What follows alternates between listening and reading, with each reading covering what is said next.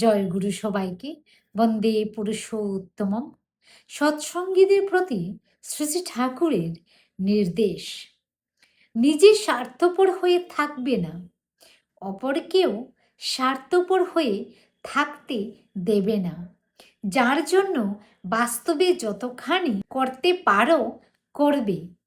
অপরের দুঃখ কষ্ট দেখে উদাসীন থাকার রেওয়াজ যতদিন আমাদের মধ্যে থাকবে, ততদিন ইষ্টপ্রাণতা, সঙ্গশক্তি বা সংহতির জাগরণ হবে না। শুধু মৌখিক সহানুভূতি দেখালেও চলবে না, অ্যাক্টিভ রেসপন্সিবিলিটি, সক্রিয় দায়িত্ব নিতে হবে।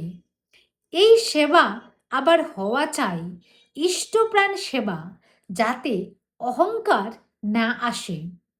তুমি যাকে সেবা করবে তার কাছ থেকে তোমার নিজের জন্য সাধ্যমতো কিছু চাইবে না, কিন্তু অপরের জন্য তার কাছে চাইবে।